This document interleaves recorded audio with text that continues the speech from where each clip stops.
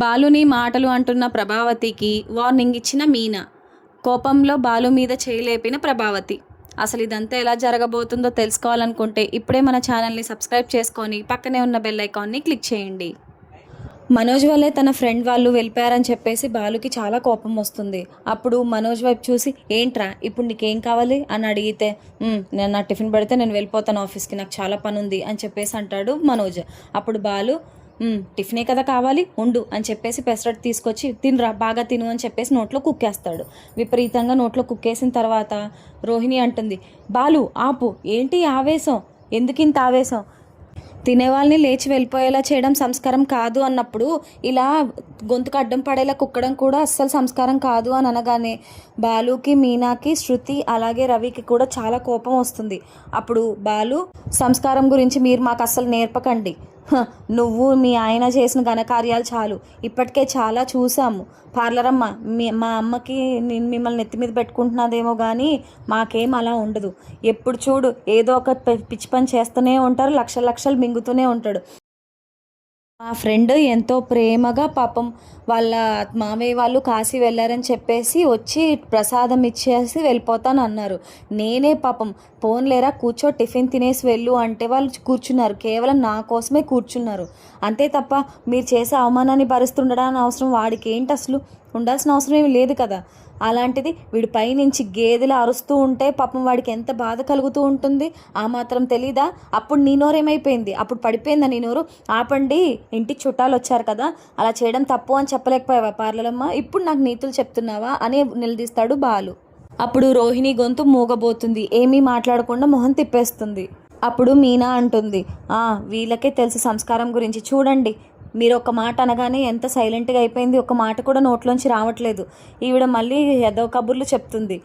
పైగా ఈయన అసలు మనిషి తాడి చెట్లో ఎదిగాడు కానీ బుద్ధి మాత్రం ఎదగలేకపోయింది, ఎక్కడ పెట్టేసి వచ్చాడో పాకెట్లో పెట్టుకున్నారేమో చూసుకోండి అని చెప్పేసి అంటుంది మనోజ్ని మీనా. అప్పుడు శృతి, ప్లీజ్ మీనా నీ టైం నిజంగానే వేస్ట్ తెలుసా, ఇలాంటి వాళ్ళతో పెట్టుకోవడం కూడా అనవసరం, ఒక సెన్స్ లేదు, కామన్ సెన్స్ అస్సలకే లేదు. ఇంత బోర్డు పెట్టుకొని బయట ఇంత చదువులు చదివామని పెట్టుకొని బోర్డులు పెట్టుకొని తిరుగుతున్నారు బయట, ఇంతకు మించి ఆ బోర్డులకే పరిమితం తప్ప వాడికంటూ తెలివి ఏమీ ఉండదు. అలాగే ఈయన అంతే, కనీసం కామన్ సెన్స్ లేదా, ఇంటికి ఎవరైనా వచ్చినప్పుడు ఎంత మంచిగా చూసుకోవడం మానేసి పిచ్చి పిచ్చి మాటలు మాట్లాడి వాళ్ళని ఎందుకు ఇంత బాధ పెట్టాలి, అసలు అవసరం ఏముంది, ఛీ ఐ హేట్ దిస్ అని చెప్పేసి అంటుంది శృతి. రవి కూడా బాలుకే సపోర్ట్ చేస్తూ, ఇంటికి ఎవరైనా వచ్చినప్పుడు మనం ఎలా ఉండాలో అదే మన సంస్కారం, మనం ఎలా ఉంటామో అన్నీ కూడా వాళ్ళు గమనిస్తారు.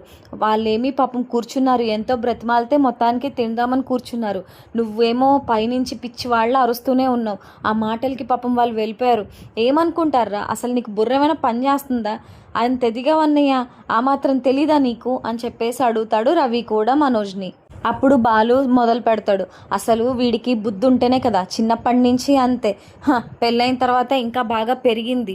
ఈ పార్లర్ అమ్మ వీడు కలిసి లక్షల లక్షలు మింగి ఏ నాటకాలైనా ఆడొచ్చు, పెద్ద వీడి మొహానికి మళ్ళీ బిజినెస్ మ్యాను, చాలా పెద్ద పెద్ద బిజినెస్లు వెలగబెడుతున్నావు కదా బయట, అదే చెప్పుకుంటున్నారు, నువ్వు పెద్ద బిజినెస్ మ్యాను, ఈవిడ ఒక పెద్ద పార్లర్ అమ్మ, సరిపోయింది, ఏ మనుషులరా మీరు. నా ఫ్రెండ్ డ్రైవర్ అయితే ఏంటి, నేను డ్రైవర్ని కాదా, నేను కూడా తిప్పట్లేదా, ఆఫ్టర్ ఆల్ అని ఎలా అంటావు, వాడి పొట్టకూటి కోసం వాడు చేసుకుంటున్నాడు, వాడు ఏమైనా మీకులాగా లక్షల లక్షలు మింగాడు అనుకుంటున్నారా, లేదు కదా. మాటలు ఎప్పుడు హద్దులు దాటకూడదు, నువ్వు ఒక రోజు బాగున్నావంటే ఆ తర్వాత రోజు కూడా అలాగే ఉంటావని కాదు, నువ్వు ఎక్కడి నుంచి వచ్చావో అది గుర్తుపెట్టుకో, అయినా బుద్ధి జ్ఞానం లేదురా నీకు అని చెప్పేసి చేయలేపుతాడు బాలు మనోజ్ మీదకి. అప్పుడు మీనా ఆపేస్తుంది, ప్లీజ్ అండి వద్దండి, చేసుకోకండి, ఏం చేస్తాం, ఇలాంటి మనుషుల మీద మనం చెయ్యెత్తినా సరే మనకే పాపం, వదిలేయండి అని అంటుంది మీనా. కరెక్ట్గా అప్పుడే రోహిణి ఫోన్ రింగ్ అవుతుంది. వాళ్ళందరూ మాట్లాడుకుంటూ ఉంటే రోహిణి పక్కకొచ్చి, అత్తయ్య చెప్పండి అంటుంది. అమ్మ రోహిణి, మనోజ్ వెళ్ళిపోయాడా ఉన్నాడా ఇంట్లో అని అడిగితే పక్క నుంచి ప్రభావతికి మాటలు వినబడుతూ ఉంటాయి, అరుపులు వినబడుతూ ఉంటాయి. ఏమైందమ్మా అరుపులు వినబడుతున్నాయి అంటే, ఏం లేదు అత్తయ్య, బాగా గొడవ జరుగుతుంది, బాలు చాలా గొడవ చేస్తున్నాడు ఇంట్లో, అదే నాకు అర్థం కావట్లేదు, ఎలా ఆపాలో కూడా తెలియట్లేదు అత్తయ్య, మనోజ్ని కొట్టబోతున్నాడు, అదే నాకు భయం వేస్తుంది, ఎక్కడ కొడుతుంటే. మనోజ్ని కొట్టబోతున్నాడా, వాడికేం పోయే కాలం, అయినా పుట్టినరోజు నాడు చేయలేపడం ఏంటి, ఉండు నేను మీ మావయ్య వస్తున్నాము, నువ్వేం భయపడకమ్మా రోహిణి అని చెప్పేసి ఫోన్ పెట్టేస్తుంది ప్రభావతి. అప్పుడు సత్యం అడుగుతాడు, ఏ ప్రభా ఏమైంది, ఎందుకు అంత టెన్షన్ పడుతున్నావు అని అడిగితే, ఆ బాలుగాడు మనోజ్ని పాపం కొట్టబోతున్నాడంట, గొడవ పడుతున్నారు, చాలా గోలగోలగా ఉంది, ఫోన్లో విన్నాను నేను, ఏం చేయాలో అర్థం కావట్లేదని పాపం రోహిణి కంగారు పడుతుంది. అయినా వాడికేం పోయే కాలం అండి, ఎప్పుడు నా పెద్ద కొడుకు మీదే పడతాడు, వాడికి ఏమైనా పిచ్చా, ఎందుకు ఇలాంటి పనులన్నీ చేస్తాడు, ఇంటికి వెళ్ళిన తర్వాత వాడి పని చెప్తాను, ఛీ ఏం మనిషో ఏంటో, ఆ మాత్రం బుర్ర పనిచేయదేమో, ఏంటో ఏమో బాబో, ఇంత ఎదిగినా సరే ఈ కొట్లాట్లేంటో ఏమో అని అంటూ ఉంటుంది ప్రభావతి. అప్పుడు సత్యం, ప్రభా అసలు అక్కడ ఏం జరిగిందో కనుక్కుంటేనే కదా తెలిసేది, నువ్వు ఇక్కడే ఉండి అయ్యో అమ్మో అని కొట్టుకుంటే లాభమేముంది, వెళ్ళిన తర్వాత అసలు ఏం జరిగిందో అడిగితే వాళ్ళే చెప్తారు కదా, పద పూజ అంతా అయిపోయింది కదా, వెళ్దాం, ఇంటికి వెళ్ళి మాట్లాడదామని చెప్పేసి అంటాడు సత్యం. పదండి, నా కాలు చేతులు ఆడట్లేదు, ఆ బాలుగాడు ఏం చేస్తున్నాడో ఏంటో నా మనోజ్ని అని చెప్పేసి అంటూ ప్రభావతి సత్యం గుడి దగ్గర నుంచి బయలుదేరి ఇంటికి వస్తారు. బాలు మనోజ్ ఇటువైపు చాలా గొడవ పడుతూ ఉంటారు, నువ్వు ఇంత అంటే అంత, అంత అంటే ఇంత అంటూ మనోజ్ నువ్వు పెద్ద లక్షాధికారి, లక్షలు మింగేసినోడా అని చెప్పేసి బాలు, ఇద్దరు గొడవ పడుతూ ఇల్లంతా పరిగెడుతూ తిట్టుకుంటూ ఉంటారు. అప్పుడు మీనా, రవి అలాగే శృతి ముగ్గురు కూడా ఆపడానికి ట్రై చేస్తారు, కానీ ఇద్దరు ఎక్కడ ఆగకుండా గొడవ ఆడుకుంటూనే ఉంటారు. అప్పుడు మీనా అంటుంది, రవి ఏం చేద్దాం రవి, ఏం మాట్లాడాలో నాకు అర్థం కావట్లేదు, ఈయన కోపం ఆపలేము, వాళ్ళ ఫ్రెండ్ని అవమానించినందుకు బాధపడతారు, అయినా ఇంటికి వచ్చిన అతిథిని అలా పోమని చెప్పేసినా సరే అదేమైనా మంచిదా చెప్పు, ఏం చెప్తాము, నేనేమో ఏమీ మాట్లాడలేకపోతున్నాను రవి, నువ్వైనా మీ అన్నయ్యని ఇద్దరిని కంట్రోల్ చేయవా ప్లీజ్ అంటే, అప్పుడు శృతి, ప్లీజ్ రవి చాలా ఇరిటేటింగ్గా ఉంది చూడ్డానికి, బాలుని ఆపు, ఆ మనోజ్ని ఎలాగో ఆపలేం, అతను వేస్ట్ ఫెలో, కనీసం బాలునైనా ఆపు, తీసుకెళ్ళి రూమ్కి వెళ్ళి మాట్లాడదాం అని అంటుంది శృతి కూడా రవితో. అప్పుడు రవి, ఆపడానికి ట్రై చేస్తున్నాను వదిన, ఏం చేయాలో నాకు అర్థం కావట్లేదు, ఇద్దరు చూసావా ఎలా పోట్లాడుకుంటున్నారో, ఇప్పుడు ఏం చేయాలి, ఆపండ్రా అని చెప్పేసి అరిస్తే నన్ను ఎక్కడ కొడతారని నాకు భయం వేస్తుంది అంటే, ఏం కాదు రవి మేము కూడా హెల్ప్ చేస్తాము అంటుంది శృతి. అవును రవి మేము కూడా హెల్ప్ చేస్తామంటుంది మీనా. ఇద్దరు ముగ్గురు కలిసి వెళ్తారు. అప్పుడు రవి, ఆపండి అన్నయ్య ఆపండి అంటూ గొడవని ఆపడానికి ట్రై చేస్తారు. అప్పుడు మీనా ఏమో బాలుని, రోహిణి ఏమో మనోజ్ని పక్కకి లాగుతారు. అప్పుడు బాలు అంటాడు, ఏమీనా ఎందుకు నన్ను ఆపుతున్నావు, అసలు వీడు చేసిన పని ఏమైనా బాగుందా, ఆ మాటలు చూడు ఎలా కోటలు దాటుతున్నట్టు మాట్లాడుతున్నాడు, అసలు బుద్ధి ఏమైనా పని చేస్తుందా వీడికి, నాకు అర్థం కాక అడుగుతాను, ఇవాళ వీడంతా తేలుస్తాను, పుట్టినరోజు ఏం లేదు ఈరోజే చావు రోజు వీడికి అని చెప్పేసి అంటూ ఉంటాడు బాలు. అప్పుడు మనోజ్, రారా నువ్వు కొడితే మరి కొట్టించేసుకుంటాం, మరి నీకు కూడా ఇవాళ నా చేతిలో మూడిందే, ఏమనుకుంటున్నావు ప్రతిసారి ఏమన్నా సరే పడ్డానికి, అసలు నువ్వు నాకంటే చిన్నోడివి అయినా సరే నా మీద చేయలేపడానికి ట్రై చేస్తున్నావు, ఏమన్నాళ్ళరా నిన్ను, నువ్వేదో పెద్ద నీ భార్య ఏదో సంపాదించేసిందని ఏదో పొగరు చేస్తున్నావు ఇక్కడ, నీ పొగరు నాకు తెలీదా ఏంటి, ఈ పూలు అమ్ముకునే దాని గురించి నీకెందుకు అంత పొగరు అని చెప్పేసి అనగానే బాలుకి ఎక్కడలేని కోపం వచ్చి చేయలేపుతాడు. కరెక్ట్గా అప్పుడే ప్రభావతి, ఆపండ్రా అని గట్టిగా అరుస్తుంది. అయితే సత్యం ప్రభావతి ఇద్దరు ఇంటికి వస్తారు. ఆపండ్రా అనగానే, ఏంట్రా ఎప్పుడు నా కొడుకు మీదే పడి ఏడుస్తావు, నీకు అదేం పోయే కాలం, నీకు అవసరమా, పుట్టినరోజు నాడు అలా కొడతావేంటి అలా తిడతావేంటి, బుద్ధుందా నీకు అసలు అని చెప్పేసి గట్టిగా అరుస్తుంది ప్రభావతి బాలు మీద. అప్పుడు బాలు, అవును మరి చాలా బాగా మాట్లాడుతున్నావు, తల్లి కొడుకులు ఇద్దరు ఒకటే, నాటకాలు బాగా ఆడుతున్నారు, అసలు వాడు ఏం చేశాడో తెలుసా నీకు అని చెప్పేసి అంటే, వాడు ఏం చేస్తే చెయ్యి, ఏం చేశాడు, నీకులా పిచ్చి పనికి మాలిన పనులు అయితే చెయ్యడు కదా, ఏం చేశాడో చెప్పు అని చెప్పేసి అడుగుతుంది ప్రభావతి. అప్పుడు, ఏం చేశాడా, నా ఫ్రెండ్ ఎప్పుడు లేనిది మన ఇంటికి వచ్చాడు, నాన్నని అడిగాడు, వాళ్ళ మావయ్య అలాగే వాళ్ళ అత్తయ్య ఇద్దరు కాశీకి వెళ్ళారంట, పాపం వాళ్ళ ఆవిడ మనకి ప్రసాదం ఇవ్వడానికి అని చెప్పేసి ఇద్దరు కలిపి వచ్చారు మన ఇంటికి, నాన్నను కూడా అడిగారు, నాన్న వస్తారు మీరు కూర్చోండి అనగానే కూర్చున్నారు, మేము టిఫిన్ చేయమంటేనే వాళ్ళు కూర్చున్నారు, పాపం వద్దు వద్దు అని ఎంత అన్నా సరే నేను వద్దొద్దు రండి కూర్చోండి అని చెప్పేసి నేను బ్రతిమలాడితేనే కూర్చున్నారు. అలాంటిది వాళ్ళ టేబుల్ దగ్గర కూర్చుంటూనే వీడు ఏం చేశాడో తెలుసా, పైనుంచి గంగిరెద్దులా అరిశాడు పిచ్చి అదవ. ఆ మాటలకి వాళ్ళు పాపం బాధపడి సర్లే వెళ్తామని చెప్పేసి నేను పైన ఉన్నప్పుడు వాళ్ళు వెళ్ళిపోయారు, నిజంగా వీడిని ఏం చేసినా పాపం లేదు అని చెప్పేసి అంటాడు బాలు. అప్పుడు ప్రభావతి, వెళ్తే వెళ్ళని, అయినా అప్పటికే చెప్పారు కదా దీనికి, వాడికి పని ఉంది ఆఫీస్లో మీటింగ్ ఉంది అని చెప్పేసి డీలర్స్ వెయిట్ చేస్తున్నారని కూడా చెప్పాడు, వెయ్యకపోవడం నీ భార్యది తప్పు, వీడిదెందుకు అవుతుంది తప్పు అని చెప్పేసి మనోజ్కి సపోర్ట్ వస్తుంది ప్రభావతి. అప్పుడు మనోజ్ రోహిణి ఇద్దరు ముఖం చూసుకొని నవ్వుకుంటూ ఉంటారు. అప్పుడు బాలు, అసలు నీకంటూ బుద్ధి ఉందా? నీ బుద్ధిలే వచ్చుంటాయి ఈ ఎదవకి, చిచ్చి, అసలు ఇంటికి వచ్చిన అతిథిని మర్యాదించడం అసలు మీకు తెలుసా అని చెప్పేసి అడుగుతాడు బాలు. ఎందుకు తెలీదు, మేము వాళ్ళ వృత్తికి కూడా వాల్యూ ఇస్తాం. నీ డ్రైవర్ ఫ్రెండ్లు వీళ్ళు వాళ్ళు వస్తే మేమేం చేస్తాం, మీరు చూసుకోవాలి, మాకేం పని వాటితో అని చెప్పేసి అంటుంది ప్రభావతి. ఈ మాటలకి బాలుకి చాలా ఒళ్ళు మండిపోతుంది. అసలు నీకు లేదు బుద్ధి, అసలు బుద్ధి నీకు లేదు, నీ కొడుక్కి కాదు, నీ దగ్గర నుంచే నేర్చుకున్నాడు, చిచ్చి అని చెప్పేసి అంటాడు బాలు. అప్పుడు మీనా, అసలు ఏంటత్తయ్య మీరు పిల్లలకి నేర్పాల్సిన సంస్కారం ఇదేనా? ఒక వాల్యూ అంటూ లేదా మనుషులకి అని చెప్పేసి అనగానే, నువ్వు నోర్ముయ్, నిన్నెవడు అడిగాడు?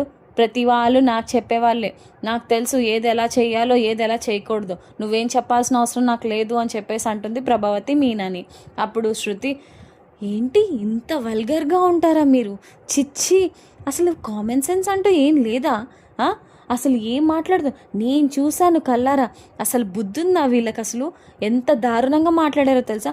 అదే నేనైతే ముఖం కూడా చూడను, ఇంటి గుమ్మం కూడా తొక్కను. అలాంటిది పాపం వాళ్ళు ఏమన్నారో తెలుసా? పర్లేదురా, ఎప్పుడైనా సరే ఖాళీగా ఉన్నప్పుడు మీకు అంతకి ఓకే అయినప్పుడే పిలువు, అప్పుడు వస్తామని చెప్పేసి నవ్వుతూ వెళ్ళారు. వాళ్ళ మనసులో ఎంత బాధ పెట్టుకుని వెళ్ళుంటారో నాకు కల్లారా కనిపించింది అని అంటుంది శృతి. అప్పుడు సత్యం అడుగుతాడు, అసలు ఏమైందో నువ్వు చెప్పమ్మా శృతి, అసలు ఏమైంది నాకు క్లియర్గా అన్నీ కరెక్ట్గా చెప్పు అంటే, అదేం లేదు అంకుల్, పాపం బాలు వాళ్ళ ఫ్రెండ్ తన ఊరు నుంచి వచ్చాడు, ఇలా కాశీ వెళ్ళారని చెప్పేసి ప్రసాదం తీసుకొని వచ్చారు. బాలు ఏమో సరేరా ఏం పర్వాలేదు, ఇంత దూరం వచ్చారు కదా, వచ్చి టిఫిన్ తినేసి అప్పుడు వెళ్ళు అంటే వాళ్ళు వద్దన్నా సరే పాపం బాలు కూర్చోండి, ఇంటికి వచ్చిన అతిథిని గౌరవించాలి, అదే మా నాన్న నేర్పారు అని చెప్పేసి నాతో అన్నాడు, ఇది చక్కగా కూర్చోబెట్టాడు. అయితే మీనా ఏం చేసింది, వెళ్ళి పెసరట్లు వేసుకొని వచ్చింది, ఒక 10 minutes లేట్ అవుతుంది, ఇంటికి అతిథి వచ్చారు కదా అని చెప్పేసి చెప్పింది మనోజ్ వాళ్ళతో. వాడు పైకి వెళ్ళి విపరీతంగా అరుస్తూ కూర్చున్నాడు. అతను అసలు ఏం మాట్లాడాలో కూడా అర్థం కావట్లేదు అంకుల్, అసలు ఏం చేయాలో కూడా అర్థం కావట్లేదు, అంత పిచ్చి పిచ్చిగా మాట్లాడాడు. పైకి వెళ్ళి నేను బిజినెస్ మ్యాన్ని, వాడు ఒక డ్రైవర్, వాడికి ఇంపార్టెన్స్ ఏంటి నాకు లేదా అని చెప్పేసి చాలా పిచ్చి పిచ్చిగా మాట్లాడాడు అంకుల్ అని చెప్పేసి చెప్తుంది శృతి సత్యంతో.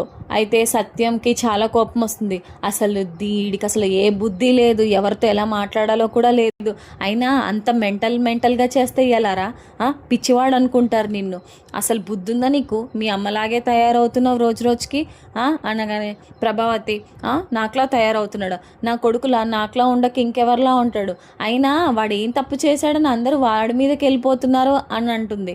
అప్పుడు బాలు, నీ కొడుకు చేయకపోతే నువ్వు చేసావా, ఇద్దరు ఒకటే, ఇద్దరికిద్దరు తోడు దొంగలే, ఎంత మంచి మంచి వ్యక్తులో తెలుసా వాళ్ళు, నాకు ఎంతో ఇంపార్టెంట్ అయిన వ్యక్తులు, మీరు ఎలాగో నాకు గౌరవం ఇవ్వరు, వాడు నాకు ఎప్పటి నుంచో తోడుగా ఉన్నాడు, ప్రతి దాంట్లో ఏనాడు కూడా లేదు అనలేదు, పాపం ప్రతిసారి నేను ఏం అడిగినా ఇచ్చేవాడు, అలాంటి వ్యక్తిని ఇంత అవమానిస్తాడా వీడు అని చెప్పేసి అంటూ ఉంటాడు బాలు మనోజ్ని విపరీతంగా తిడుతూనే ఉంటాడు. అప్పుడు ప్రభావతికి కోపం వస్తుంది, అయినా సరే ఆగుతుంది. అయితే తిడుతూ బాలు మనోజ్ మీదకి చేయి లేపుతాడు. అది చూసి ప్రభావతి బాలు చేయి పట్టుకుని పక్కకు తోసేస్తుంది. ఇంకొకసారి వాడి మీద చెయ్యి ఎత్తావంటే నా చెయ్యి నీ చెంప మీదకి వస్తుంది అని చెప్పేసి అంటుంది ప్రభావతి. అప్పుడు బాలు, అవునా, నన్ను కొడతావా, నా తప్పు లేకుండే నన్ను ఎలా కొడతావు, అయినా నీకు అసలు బుద్ధి లేదు, అమ్మవేనా నువ్వు అని అడగగానే కోపం వచ్చి కొట్టడానికి చేయి లేపుతుంది. అయితే ఆ చేయి మీనా పట్టుకుని ఆగండి అత్తయ్య అని చెప్పేసి చెయ్యి పక్కకు తోస్తుంది.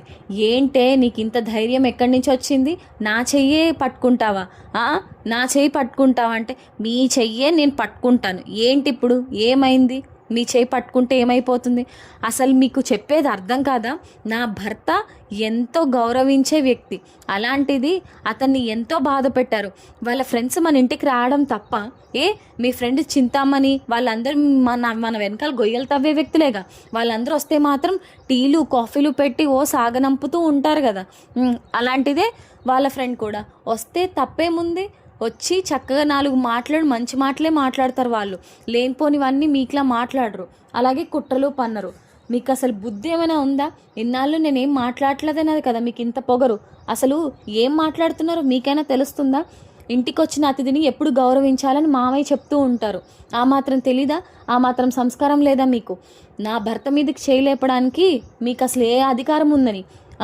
అమ్మగా ఎప్పుడైనా ఆయన్ని ఆదరించారా, ప్రేమగా చూసుకున్నారా? ఏదీ లేదు. అలాంటిది ఇప్పుడు ఇన్ని మాటలు మాట్లాడుతున్నారా మీరు? మీ పెద్ద కొడుక్కి సపోర్ట్ వస్తే సరిపోదు, అక్కడ ఏం జరిగిందనేది కూడా మీరు తెలుసుకోవాలి అని గట్టిగా చెప్తుంది మీనా ప్రభావతికి.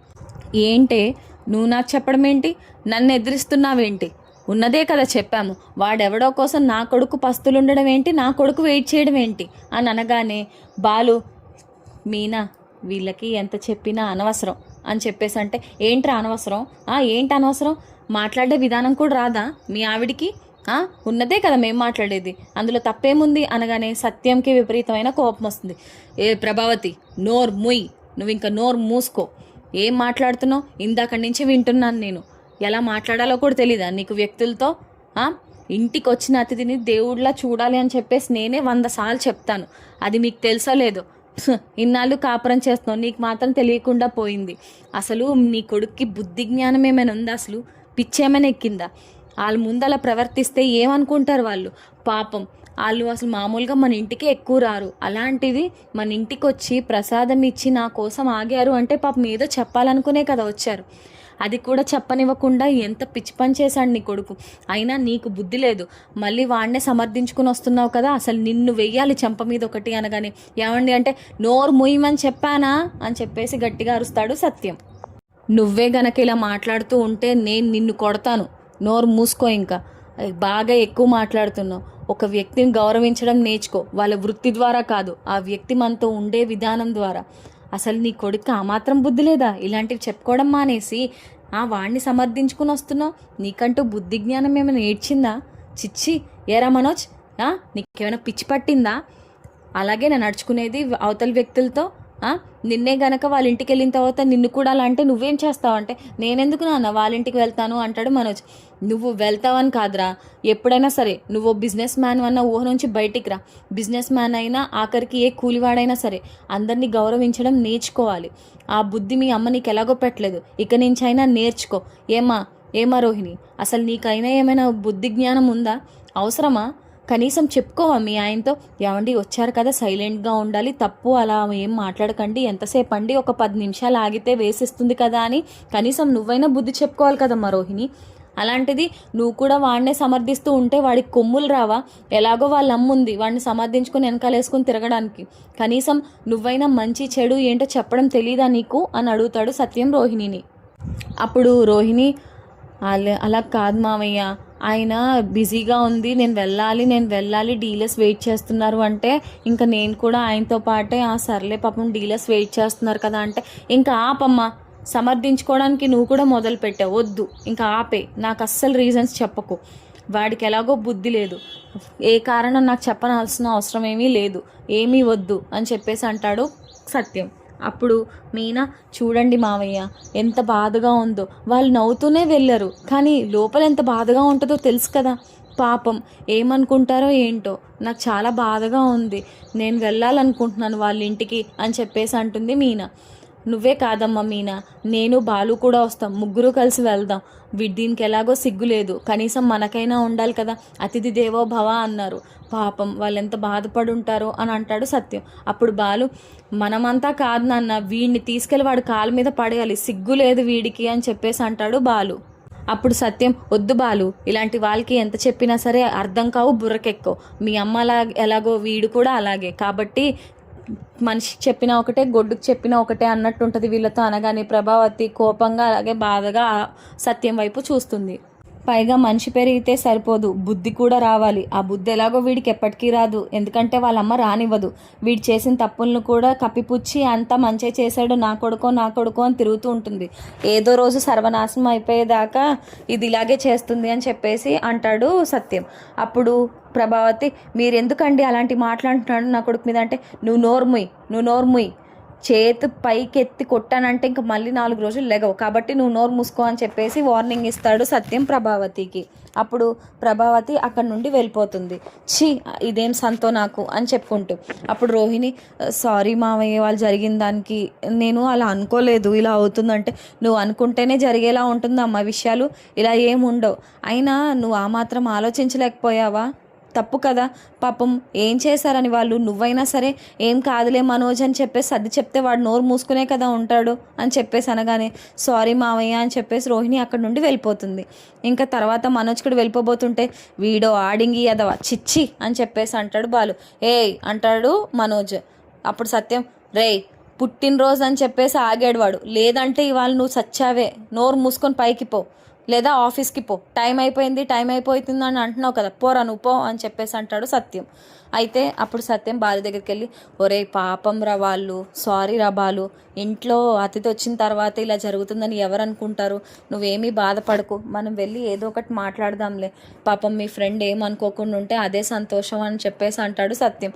లేదు నాన్న వాళ్ళు చాలా బాధతో వెళ్ళారంట, అది మీనా శృతి రవి కూడా అంటున్నారంటే అప్పుడు శృతి అవును అంకుల్ పాపం చాలా బాధపడ్డారు, నాకే బాధ అనిపించింది వాళ్ళని చూస్తే, అసలు ఎంత ఈడియటో తెలుసా మనోజ్ అనగానే ఇంకా అవన్నీ ఎందుకమ్మ వాడికి చెప్పినా వేస్టే, దండగా ఏమీ వినరు, వాళ్ళ తల్లి కొడుకులు ఇద్దరు ఒకటే, ఎందుకు మనం చెప్పి కూడా అనవసరం అమ్మ శృతి అని అంటాడు సత్యం. అదే కదా అంకుల్ ఛీ అని చెప్పేసి అంటుంది శృతి. అక్కడ నుండి వెళ్ళిపోతుంది. రవి కూడా నాన్న ఏదో ఒకటి చేయండి నాన్న, పాపం వాళ్ళు చాలా బాధపడ్డారు అని చెప్పేసి అంటాడు రవి. అప్పుడు సత్యం వెళ్ళి బాలుతో ఒరే బాలు వెళ్దామా, మనం వెళ్ళి తనతో మాట్లాడదామా అని అడుగుతాడు. ఎలా ముఖం ఎత్తుకోవాలి నాన్న వాడి దగ్గర, వాడు ఏమనుకున్నాడో ఏంటో, వెళ్ళడం అయితే నవ్వుతూనే వెళ్ళారంట, కానీ ఏంటో నాకు బాధగా అనిపిస్తుంది అనగానే మీనా ఏం పర్వాలేదండి, తను మీకు మంచి ఫ్రెండ్, అన్నయ్య చాలా మంచి వ్యక్తి, పర్లేదు మనల్ని క్షమిస్తారు, వదిన కూడా మనల్ని క్షమిస్తుంది, మనం వెళ్ళి ఒక మాట మాట్లాడదామండి, ఏమవుతుందో ఆ తర్వాత ఆయనే మనల్ని క్షమిస్తాడని నేను అనుకుంటున్నాను, ఏం పర్వాలేదండి వెళ్దాము, వెళ్ళి క్షమాపణ అడుగుదామండి అని చెప్పేసి అంటుంది. అప్పుడు బాలు ఫోన్ చేయనా లేదంటే డైరెక్ట్గా వెళ్ళిపోదామా అని అడుగుతారు. ఫోన్ అవేమొద్దు, డైరెక్ట్గా వాళ్ళ ఇంటికి వెళ్దామని చెప్పేసి సత్యం బాలు మీనా ముగ్గురు బయలుదేరుతారు వాళ్ళ ఇంటికి. మరి బాలు వాళ్ళ ఫ్రెండ్ తిన్ని క్షమిస్తాడా లేదా ఏమైనా అంటాడా, ముందు ముందు ఏం జరగబోతుంది మన ఛానల్లో తెలుసుకోవాలనుకుంటే ఇప్పుడే సబ్స్క్రైబ్ చేసుకొని పక్కనే ఉన్న బెల్ ఐకాన్ని క్లిక్ చేయండి. Thank you so much for watching.